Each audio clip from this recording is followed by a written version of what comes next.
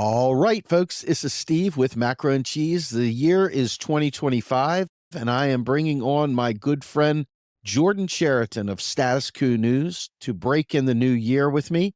We are going to be talking about Luigi Mangione, and we are going to be talking specifically about when you take away the normal pathways to getting things done, when you take away the people's voice, when you make elections a joke, when you make democracy a false promise, when you see people struggling and you walk right over them, when you are in such elite circles that you ignore the suffering of the people below you, when the working class finds it more acceptable to move in the direction of Donald Trump, then you know something has gone drastically wrong.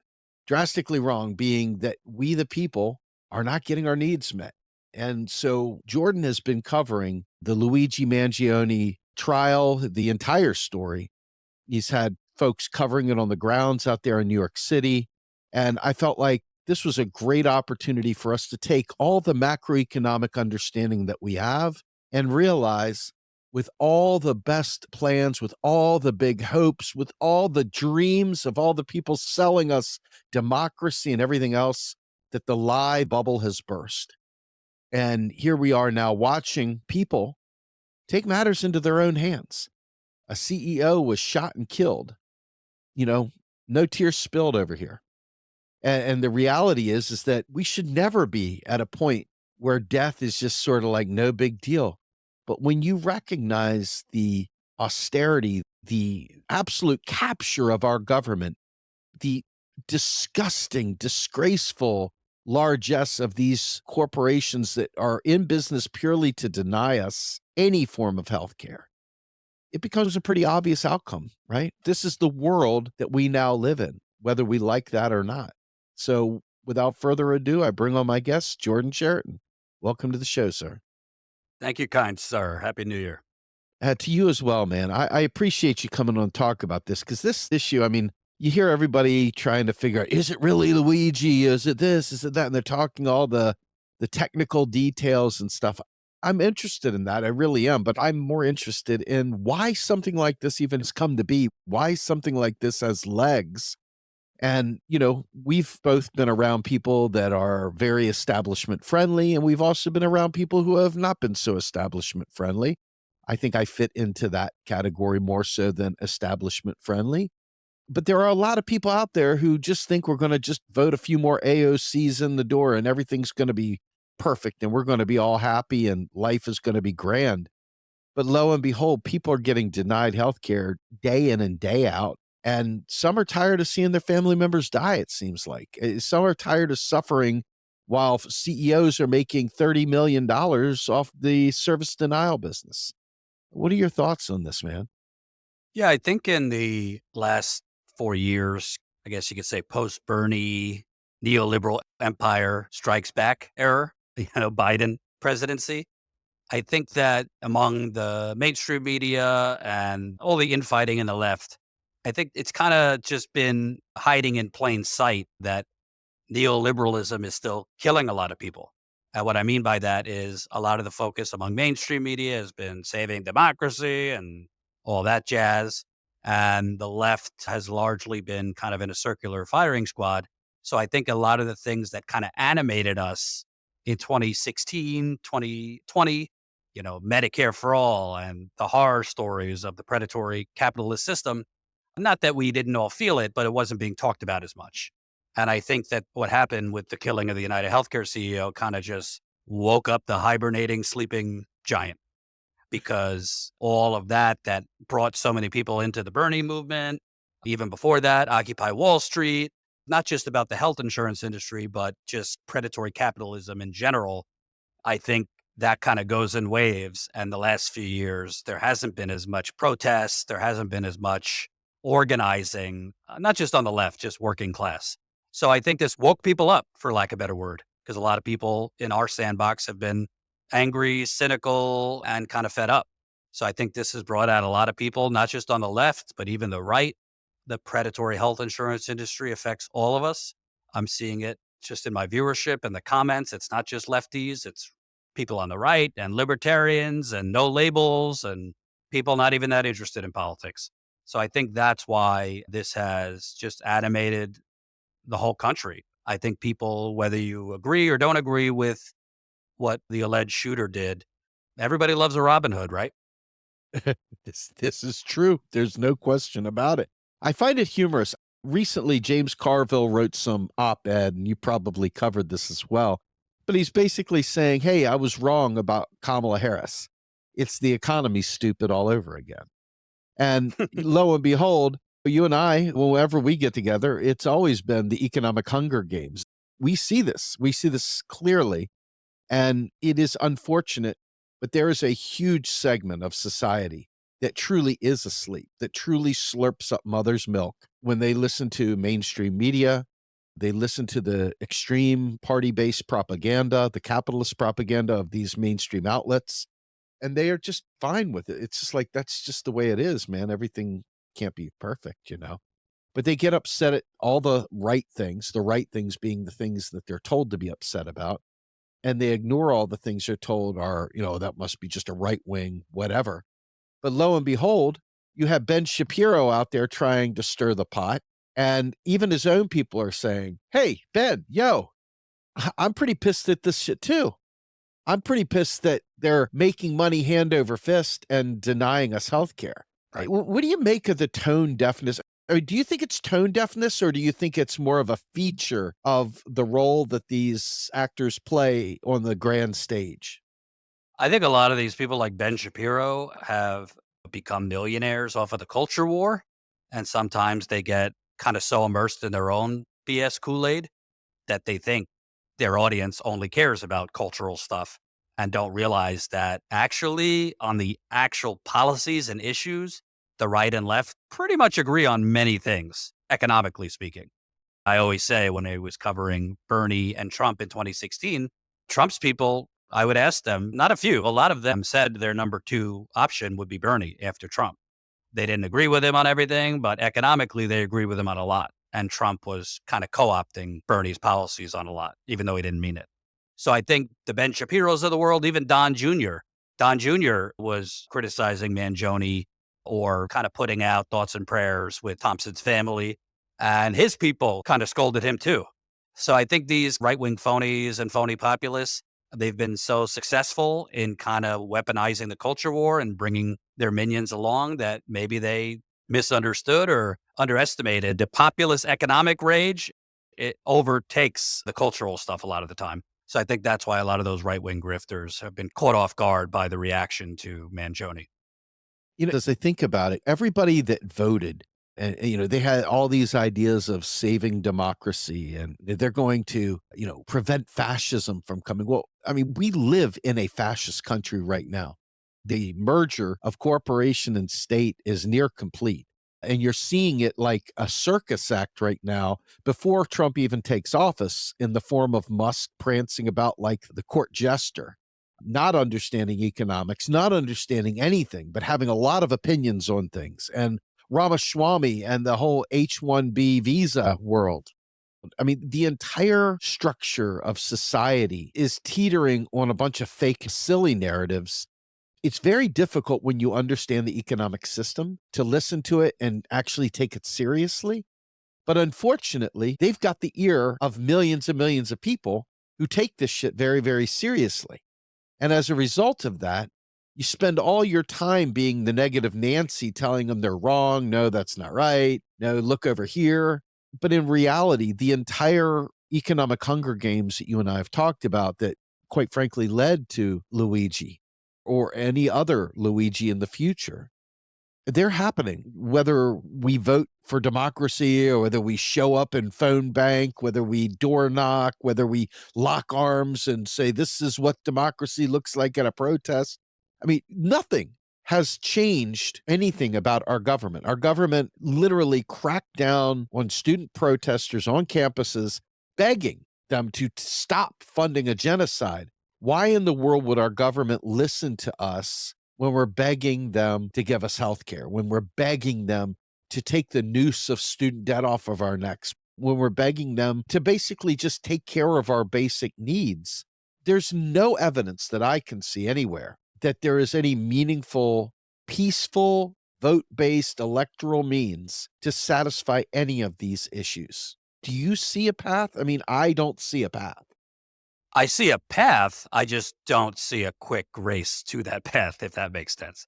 The path would be the general strike, which you and I have talked about quite a bit. Yes. But, we don't just send out fake pixie dust or fairy dust. We're honest that that's not going to happen overnight. And as currently constituted, that's just not going to happen.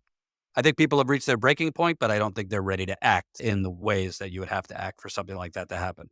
With that said, I think something interesting about Mangione in particular that hasn't gotten as much attention, maybe it will come out in the trial. It's not clear to me that his main philosophy was about the health insurance industry. I think it was about capitalism. If you read his Reddit posts, if you read, alleged, I should say, but if you read the notes that came from his notebook, his manifesto, he seemed not to condone what Ted Kaczynski, the Unabomber, did, but agreed with his mentality on how basically technology is taking away our agency. Technology is basically creating a bunch of thoughtless robots who don't think for themselves. He felt that people weren't actually accomplishing things. They were just kind of hooked to their phones. So I think he had a lot of concerns about capitalism and big tech in general, which a lot of people do. And you're seeing it. I mean, literally, Elon Musk is running the government, like literally, not a joke. And he's kind of openly bragged about rigging Twitter's algorithm to elevate right wingers. If you've noticed, your Twitter stream is now flooded by right wing accounts you don't even follow. So I think that Mangione, obviously, health insurance has been the focus, but it seems that he wanted to go after the capitalist order and he chose just a health insurance CEO, you know? From his writings, that's what it seemed. Chris Hedges talks about this, that this is what dying empires look like. And this is late stage capitalism. And I think this was honestly inevitable. I'm surprised it hasn't happened earlier to a Wall Street executive or just more people on Wall Street, because obviously we know what Wall Street did. So I think everything you're saying is true because at the end of the day, yeah, I mean, as good people, you're taught not to condone murder or violence. But I think what this is really starting to establish is kind of redefining what is violence, what is murder. Yes. The mainstream media is not going to cover it from that angle because they condone the murder and the violence against the proletariat. They're in on it. But I think that to them, murder is, somebody like Mangione allegedly shooting somebody in the back. But I think this is opening up the discussion of murder is delaying someone who needs a mammogram, that service. And that delay caught their breast cancer too late and they died as a result. That's murder. We could go through the horror stories that have been out there since this happened of people's health insurance. I'm waiting to do an interview with someone whose mom was a diabetic. The insurance company refused to provide the equipment needed for her insulin. She died. They sent the equipment the day after her death. So I think this is really redefining that capitalism, or as you have always said, austerity is murder. They won't cover it as such, and it's not optically as appealing as somebody being shot in the back, but that's really what's been going on. I mean, people died from the foreclosures in 2009, 2010, 2011. Homelessness is now up. It was up 12% in 2023. It's now up 18%. And I think that's an undercount because that doesn't count people couch surfing and living in their cars. So I think the slowly dying masses are starting to fight back. And I think it's kind of scaring the hell out of the capitalist order, which includes the CEOs, the lobbyists, the think tanks, the politicians, and the media. I agree. There was a guy, his name's Zachary Levy, MD, and he put a tweet out on the 30th. It said, UnitedHealthcare, UHC, just denied a claim on one of my patients in the ICU with a brain hemorrhage, in a coma, on a ventilator, in heart failure, because I haven't proven to them that caring for her in the hospital was quote unquote medically necessary. And his response was, tear it all down. I appreciate you bringing up austerity as murder. And I've been saying this, as you know, for over a decade. And during this MMT push that I've done in my own fashion, because clearly I am the pariah, the black sheep of the MMT community. You can tell that in many ways. But the fact is that I have stood on my truth this truth that they are murdering us by other means. They are murdering us by denying us health care, knowing full well they could give it to us without any problem, but choosing not to. They are denying us basic necessities, not just us, but around the world. And this tool of oligarchy, this tool of the capital order, this tool for disciplining labor is what's been used to great success to destroy unions, to destroy the ability to unionize and fight back, to create the very conditions that make a general strike far more challenging to engage in, because people are terrified of what they'll do if they lose their very, very scarce job.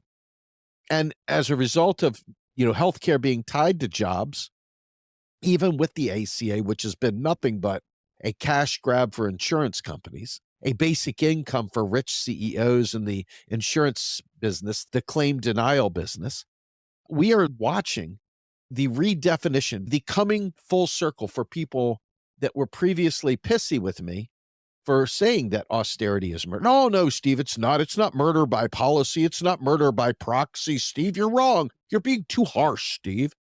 And it always comes down to somehow or another, I'm just not being sweet and kind enough, that I'm not being more gentle. When in reality, I have been watching this economic game be played to great precision to cull the weak, to cull the poor, to cull the undesirables, and to literally put people in communities where if they aren't killed by austerity, they're killed by the very culture that austerity is bred in their own local impoverished communities. And we sit there and point at them and go, see, there's a bad guy. That's the bad person over there. When in reality, you're asking people that have no means of surviving this, who have to find a way outside of the orthodox economy to survive. And that's a horrible situation. It's absolutely unnecessary one, but it's one that has been government created, that has been oligarch created, that is capital created, because the pursuit of profit is el numero uno. Whether anyone wants to accept this or acknowledge this, I don't believe you're just going to go ahead and vote for the next Cory Booker and change everything. I don't think you're going to go out after Lizzie Warren and say, hey, make it all better, because she's a capitalist to her bones. We are talking about a very system of gerontocracy, of wealthy people who literally couldn't give a shit how many of us die. And yet at the same time, we're supposed to put all our hopes and dreams there while they simultaneously do what Biden did by breaking strikes, by wrecking union actions. How do you envision these things coming to be? I know that you've talked to Sean Fain. I know that people like Sarah Nelson and others have tried to pull together combined dates for their contracts in 2028 to provide the foundation for a general strike. What are your thoughts on this? Because to me, it seems like we don't have any power right now. We don't have any collective will. And the closest thing I've seen to a collective action was Luigi Mangione. Yeah, I think there's several things happening at once. One, I think that obviously in the last decade, economic conditions were bad, even when the media was telling us, the economy is great, but there wasn't the added gasoline of the price gouging and inflation. And I think since COVID and the greedflation and the corporate price gouging, even with gas prices a little lower, gas being still relatively high, I mean, housing is out of control. Good luck if you're under 40 buying a house, even if you're over 40. Utility bills, expensive, everything. I mean, even your car insurance, everything has gone up. And most of it unnecessarily. It's not the companies passing off higher costs. Maybe at first it was. It's just them, as Jerome Powell told the aforementioned Elizabeth Warren, yeah, companies could raise prices because they can. And I think that at a certain point, you could only slap people in the face so many times before they punch you back in the nose. And I think that's kind of what's going on here. And again, I've always said, I'm not telling people to go get your guns, shoot down CEOs, because even if you think it's righteous, trust me, it'll boomerang back on us way worse if that starts happening in mass. But I do believe people have just been beaten down, beaten down, beaten down. And how long can you beat down people economically and then say, hey, let's try to squeeze some more, which has been the last few years of this price gouging. I don't even want to call it inflation because most of it's just companies ripping you off. So I think that's part of what's going on. And I think also what you're seeing here with the Mangione thing, which is why I think the media wanted to move on from this as quickly as possible. I mean, Steve, can you think of anything, any issue that has even been close to bringing the left and the right together? I'm not talking about one of these red brown alliances. I'm just talking about like legitimately left leaning people and right leaning people, like all agreeing and no gaslighting. Let's call it the working class. Yes, the working class. This is the only thing I've seen that are bringing people together. The left and right can't come together on mass shootings, can't come together on climate change. This, they seem to be coming together on and in total agreement on. And I think when you add in those factors of the last 4 years have been the additional slap in the face, beating, which has been the price gouging, I think the masses have had it. And I think that's why, for the first time, you're seeing the left and right being able to come together on something, which is why you're seeing the capitalist class and the media trying as fast as they can to break that up and Yeah. to, throw some more cultural shit out there to divide people. Because once you take away the veneer of the culture war, you have most people that are experiencing the same exploitation, the same oppression, and would agree if you broke it down in English, what is happening? That's why Trump, I think, excelled in 2016 because he was seizing on that populist outrage that the left and the right both agree on. I think back to all the conversations you and I have had and you've covered on East Palestine, and of course, your great coverage of the Flint water crisis. And these are microcosms of a much bigger problem, right? I mean, and I don't want this to become about this because we've covered them in great detail in our previous talks, but they're part of this, right? I mean, they're part of this. They know damn well that they could easily replace every single pipe in all of Flint, Michigan. They could literally shift the water supply back to the clean water that was at least there prior to the switching to the private water.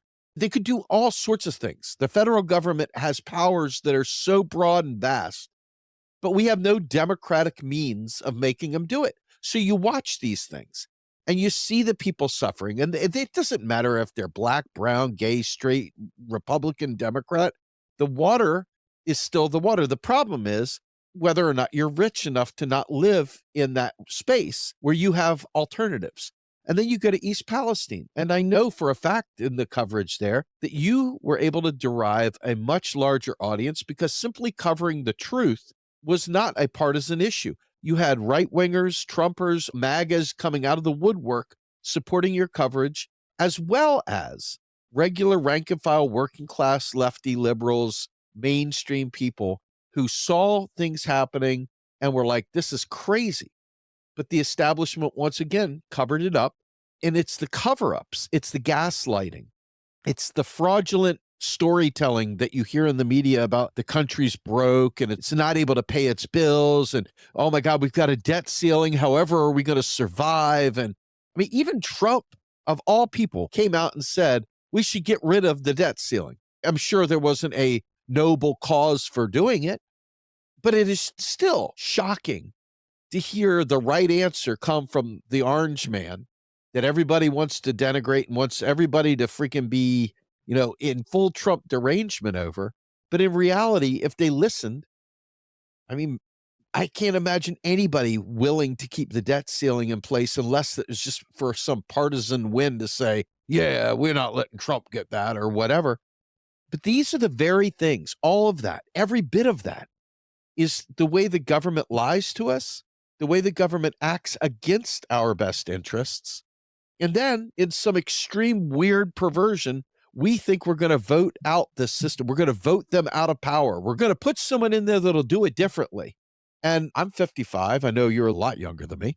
But in my 55 years, I have never seen competent governance. I've seen good theatrical performances. But Ronald Reagan was loopy. You know that he had dementia. You know that he wasn't really running the show, that his minions were running the show. And we know that Bill Clinton was being jerked around by the third way and his little gang, and George W. Bush, the same thing, and on and on and on. Obama, every one of them, these deep state actors, these folks that are not elected, but that run the country, because damn well Biden, who was drooling in his oatmeal, wasn't running the show.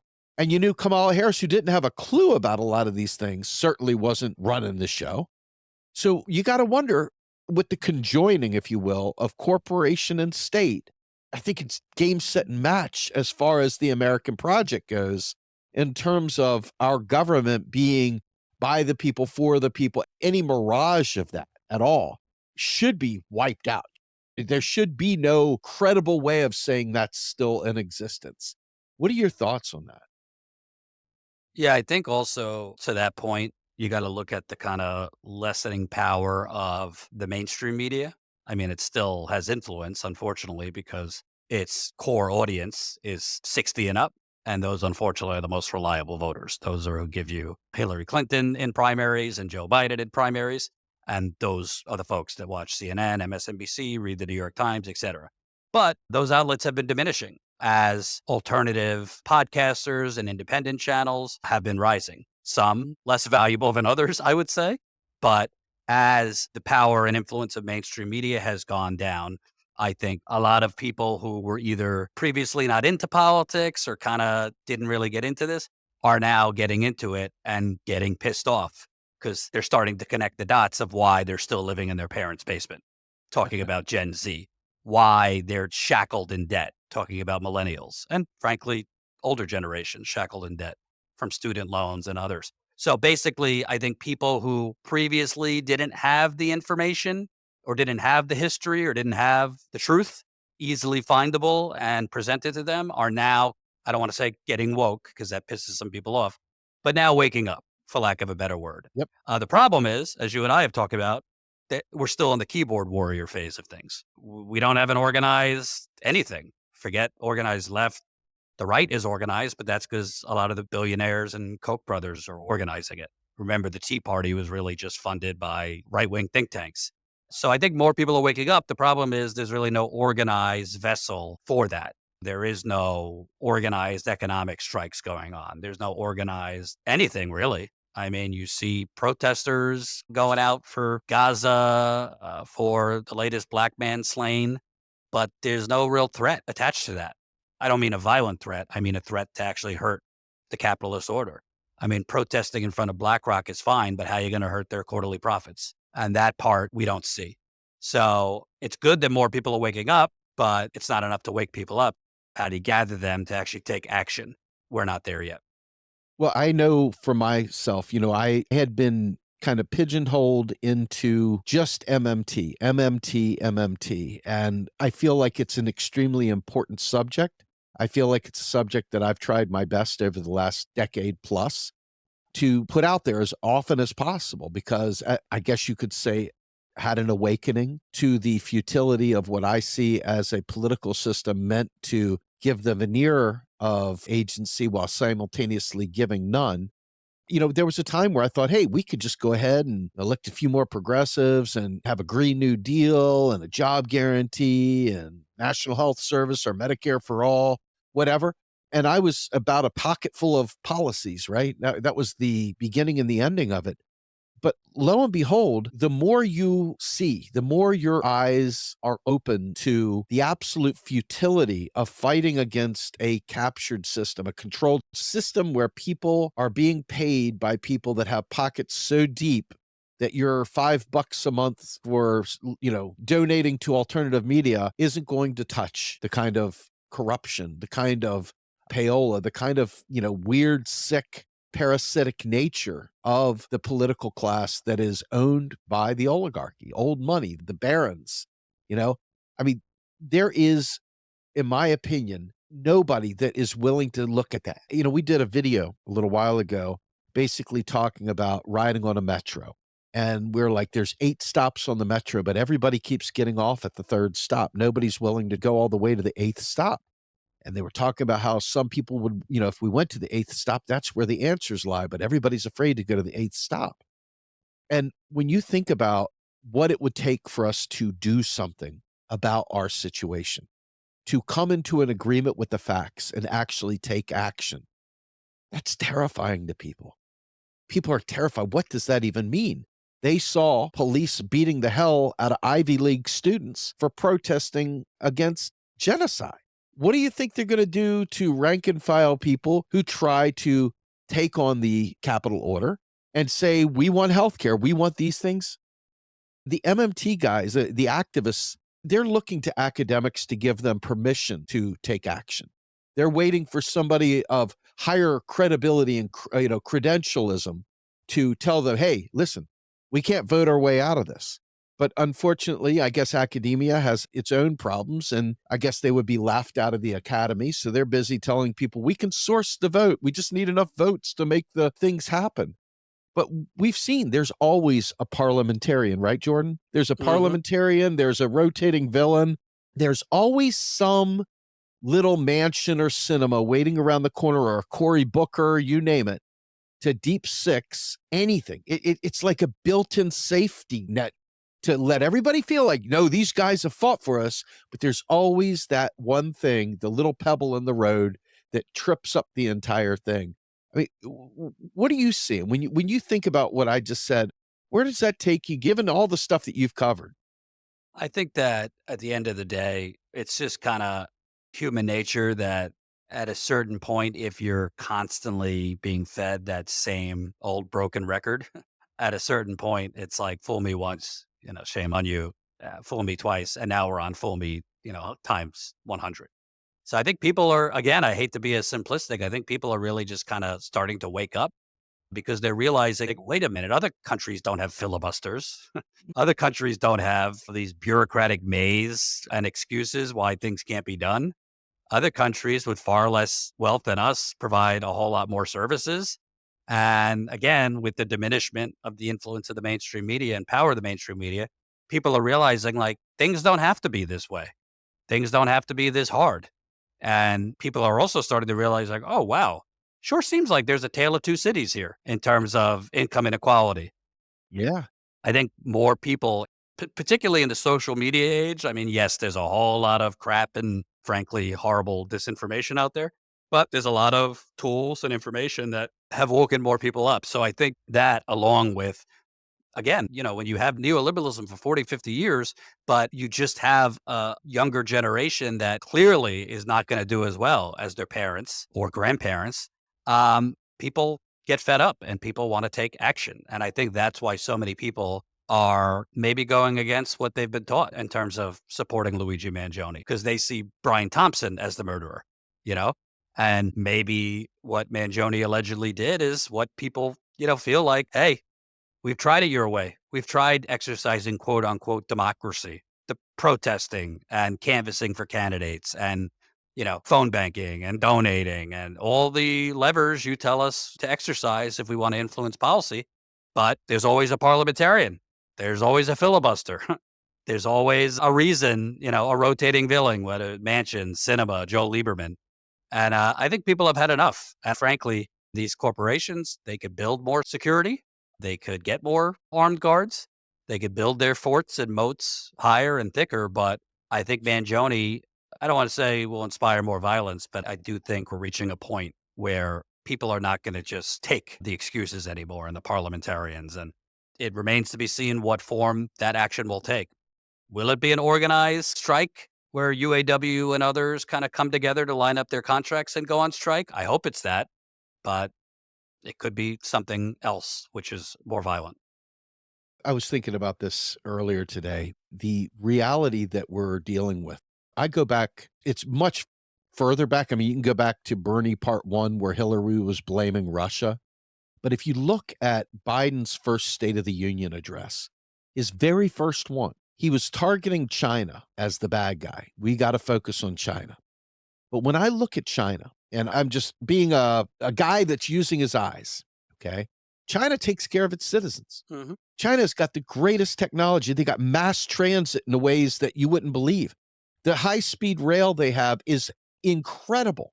The amount of technology that they put in, the services they provide their citizens is unparalleled. And you look at the way they've built out the Belt and Road Initiative across the global south, it's clear that they are trying to build. They're using goodwill. You look at that and you say to yourself, wait a minute, hold on. And you look down at Cuba, and Cuba's come up with freaking vaccines for cancer. We're looking around and we see everywhere but the US thriving. And then we're looking at the idiocracy of our nation, where people think that giving people free stuff or whatever is socialism. They think somehow or another it's this Western Marxism, cultural Marxism, all this nonsense, because fake news is news today in the anti-truth world, in the anti-empirical truth. People are just rejecting sources because everything's been a lie so far. So they're like, are vaccines good? Was COVID real? Is this, that? I mean, all this bizarre misinformation that has really haunted us, quite frankly. And now people don't know what to believe. And so they're already caught in a skeptical position. And they're also in that weird place where they're like, I don't know what I can do about this. So there's the other side of that, not the people that are raged, that are ready to take action, but the other side of that where people are overwhelmed with this and they kind of shut down.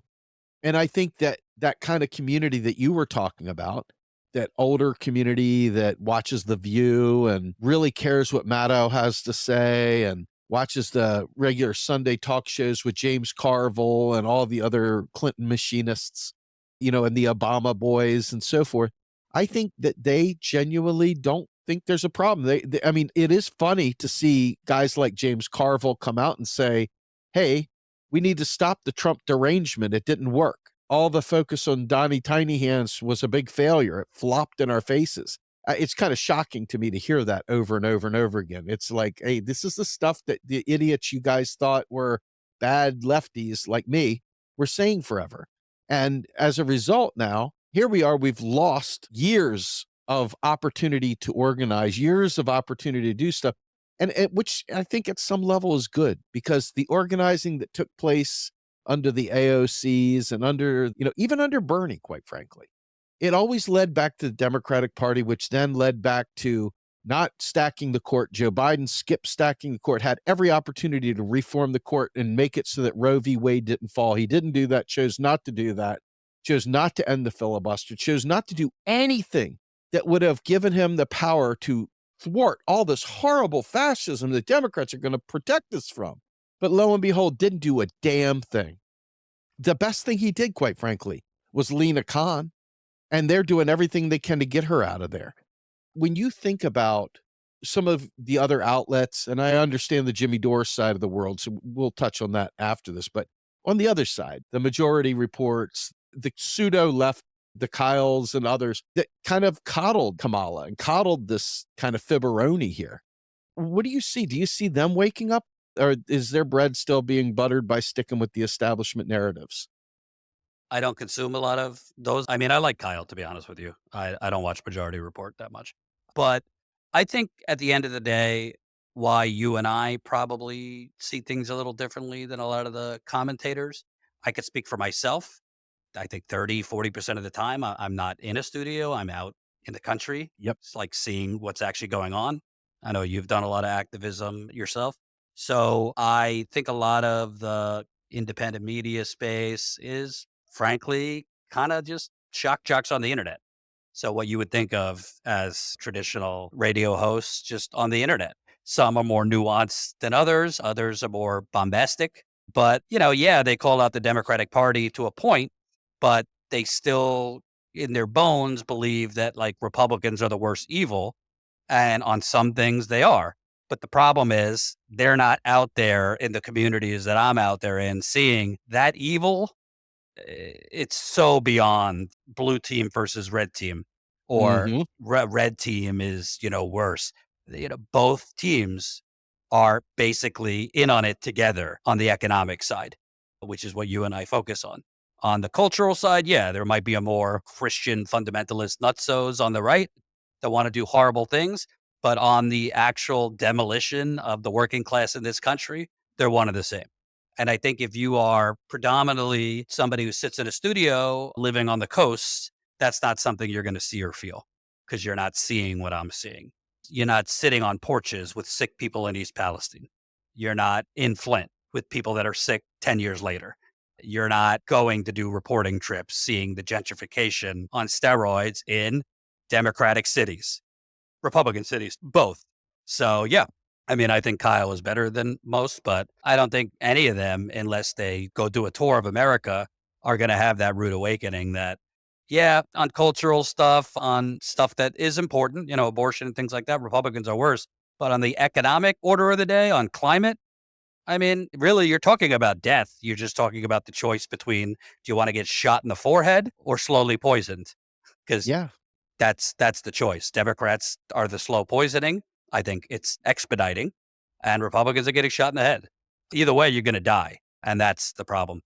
Another thing you mentioned that I want to seize on, I think people are starting to wake up to what the definition of a strong economy is in America. Yes. Because, you mentioned Cuba and these countries that actually do things for their citizens. They don't only do those things because like the leaders are moral and care about their citizens. That might be part of it. But they do things because they're intelligent enough to realize, hey, if we have a healthier society, that's better for the economy overall.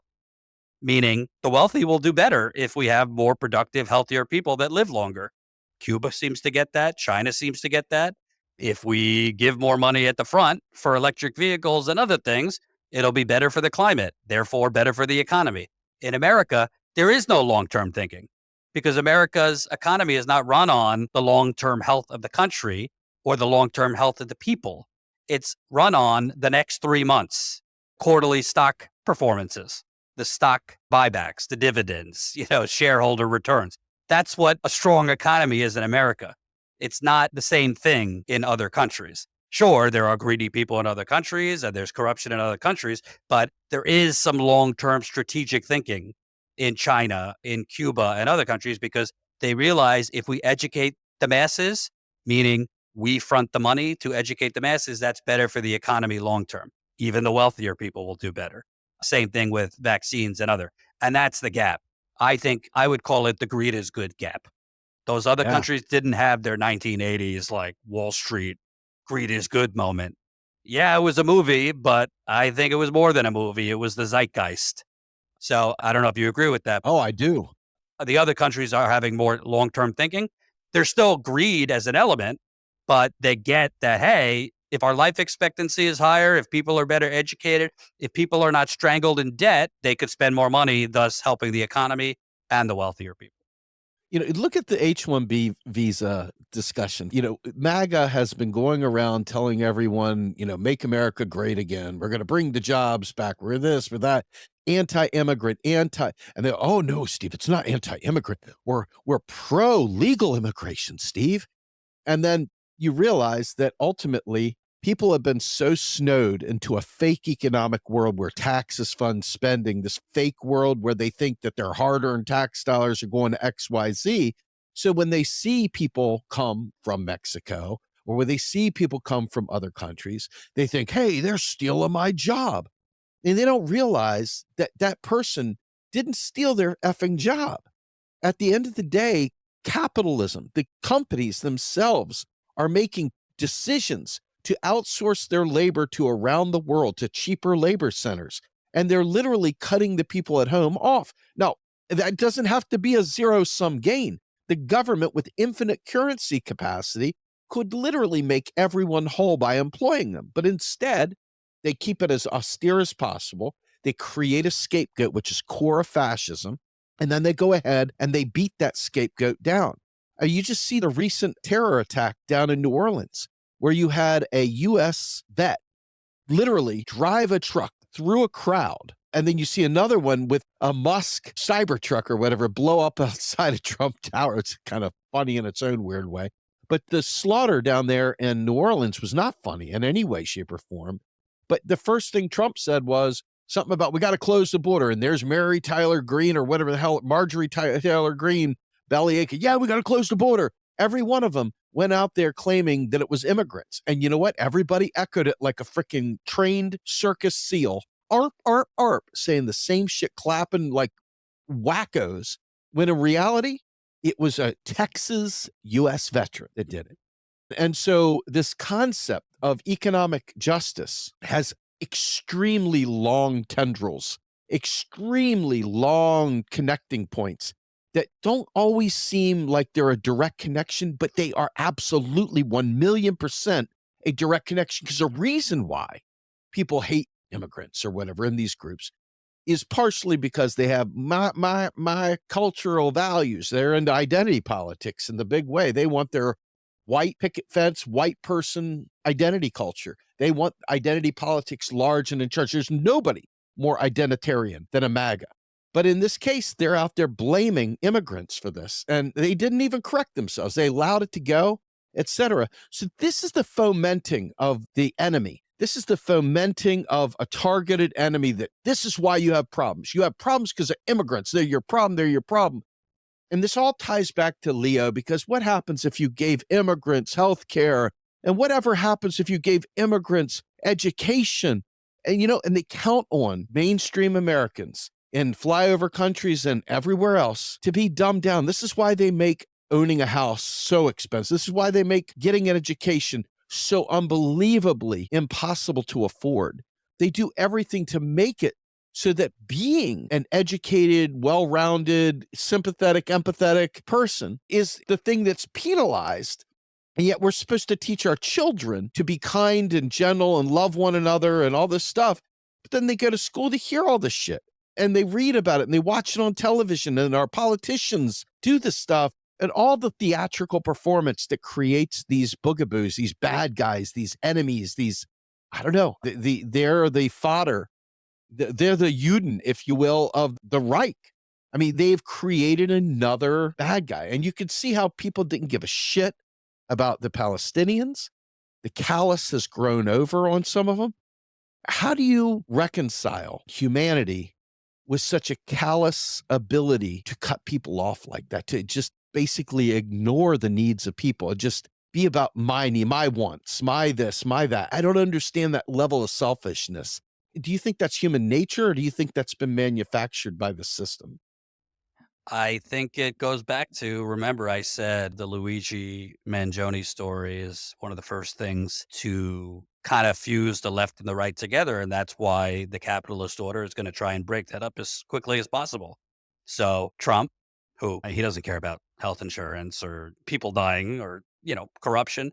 First sign he saw it, even when he didn't have the facts, even when the facts clearly show this is an American city, let's hit on the culture war. Let's blame the other, right? To, again, divide people. That's, to me, what that is. They want to blame immigrants, even though clearly this guy wasn't an immigrant. Also, I don't know the full facts, but does seem, based on the reporting, that this guy was radicalized. But the conditions, he had some financial problems. And a lot of these situations, that's part of the igniting thing that radicalizes people is their floor conditions are not so solid. And he reportedly had financial issues. So I think this is just more culture war. I mean, that's what the border stuff is. I mean, it's all culture war. These people aren't taking your job. The jobs they're taking, Americans don't want for the most part. Right. Wall Street is taking your jobs. Yep. So the same MAGA fanatics pissed off and joining the cult, these people have nothing to do with why your factories are shut down or your communities have been hollowed out. But, cults can be a very strong drug. And I think this example is, again, trying to inject more of the cultural hysteria to divide people. I agree. So I want to close this out with a simple question. You and I have been working together for a long time. It's been good friendship. I've really appreciated the exposure that you've given me. And I appreciate the fact that you've allowed me a larger platform to get the MMT message out there. But in that process, one of the things that has been most exciting to me is the fact that you've come aboard with MMT, that you literally, I hear you. I'm not on there with you. I hear you dropping MMT into the commentary. I hear you shifting the way you talk about things. What would you say is the thing that MMT knowledge now has opened your eyes to in the world that we're in? What would you say, that has done for you, if anything? I think it kind of just formalized what my instincts were to begin with into a more coherent equation, I guess you could say. It never made sense to me. Taxpayer money pays for all this stuff. I mean, I just couldn't imagine like how much taxpayer money could pay for 20 years of war. I mean, that the Afghanistan Washington Post, broken clock is right twice a day. They did a great story a few years ago showing just in detail the scam that was Afghanistan. I mean, there was reporting in there that generals on the ground were being ordered to spend $300 million a day on what? Doesn't matter. Just spend it. And obviously, there's not enough Americans to foot that bill with taxes. So I think my instincts were always telling me like, yeah, doesn't make sense that we could cover all this stuff with taxpayer money. So I think, and the information you've provided and, others I've looked into kind of formalize that. Unfortunately, I think Bernie and others had a real opportunity to connect the moral message that they were pushing in terms of Oh, yes. it's not moral with just like the obvious. Hey, sorry, taxpayers, you're not footing the bill for this. They're just printing the money. I mean, he could have quoted from Alan Greenspan and Ben Bernanke, who have basically said, like, yeah, we're just moving decimals. So I think basically MMT just kind of formalized the gut instinct I always had.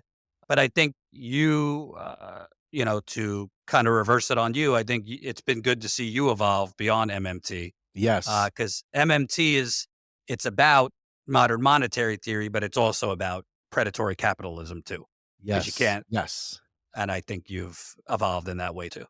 Yeah, that conversion right there has been everything because it was one thing to talk about the theoretical stuff, but then it will always come back to this empty, we just need to source the vote. And I started looking and digging, and thank God for so many people that have brought the class consciousness and class awareness and an understanding of capitalism, quite frankly. I mean, I have an MBA. You'd think I know capitalism inside and out, but I do from an MBA perspective, which means I've been propagandized, right? I've been sold a bunch of lies and I paid good money for it too. So the opportunity to blend the two together has been nothing short of necessary, not just something good. It literally is the natural outcome once you understand how the system works. And then you start asking questions like, why the hell isn't this stuff any better? Why isn't it any better? You can't tell me everybody doesn't know this shit. It's convenient to say people are just ignorant and whatnot, but the people that are running the stuff, they do know. And there's no one that can tell me differently. They do know. And this system, quite frankly, it's built to kill us. It's built to keep wealth happy and to keep us thirsty and begging and desperate to do whatever they want us to do. So, with that, Jordan, I want to thank you so much, man. Let me give you a final word. If you had one thing that you think needs to be told in the framework of Luigi and this cesspool of a capitalist order we live in, what would be your parting shot? The media focuses on this guy, Luigi Mangione, and I've been covering, his motives that we know, but it's really not about him. It's about people reaching their breaking point, and we'll find out more about his story and what led to his alleged actions. But this is really about the predators preying on you and me and everyone else, and that being kind of masquerading as a government. Our government is allowing predators to prey on us. Is the simplest way I could say it. At a certain point, beware, because those you prey on will bite back. And I think that's a more 2025 way of John F. Kennedy's phrasing, when peaceful resistance fails, violent revolution is inevitable. And I think you could only squeeze and beat on people for so long until people have nothing left to lose. And I think that's what you're starting to see. I hope it doesn't turn into mass violence, but at a certain point, people are not going to accept the mass systemic legalized violence that has been perpetrated on them. So I think that's what you're seeing. But I don't want people to be lost in, the memes are cool and the cult following Mangione is getting is cool, but it's not just about him. It's about the system he's re-exposed. And too many things that are not normal have been normalized.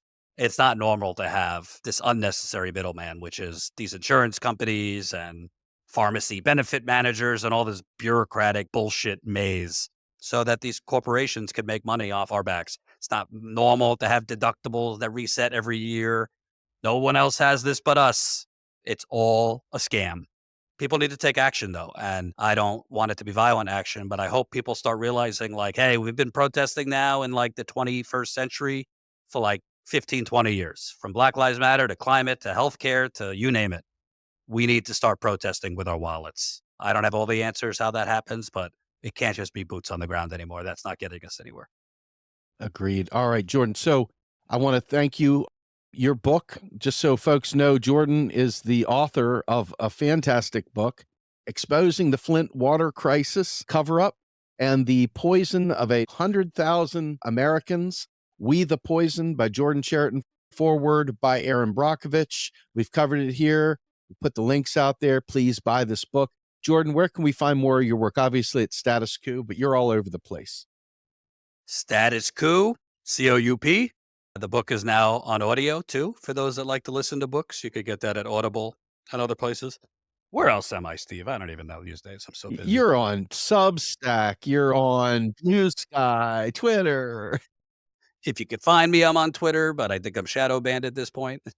But, the main one is YouTube and Substack. And hopefully, definitely was hard to publish a book right before the election, hard to get attention on it with the election and everything. But if you haven't been able to get the book, definitely check it out because same thing. It's not just about Flint. It is exposing a very, very corrupt government that has poisoned and then covered up the poisoning of 100,000 people who are now being left to slowly die.